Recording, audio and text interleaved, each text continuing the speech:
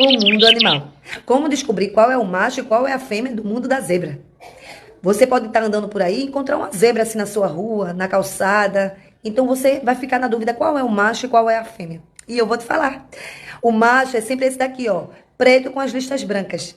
Já a fêmea sempre é essa assim, branca com as listas pretas. Você percebe que a fêmea sempre tá assim, ó, tentando falar algo para o macho e o macho não tá nem aí.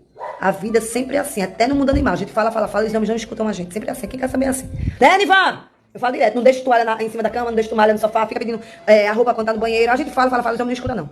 Tá bom. Nivan, tá me escutando? Até o próximo Mundo Animal. Vocês vão se faz de tudo. Tá escutando eu falar, né?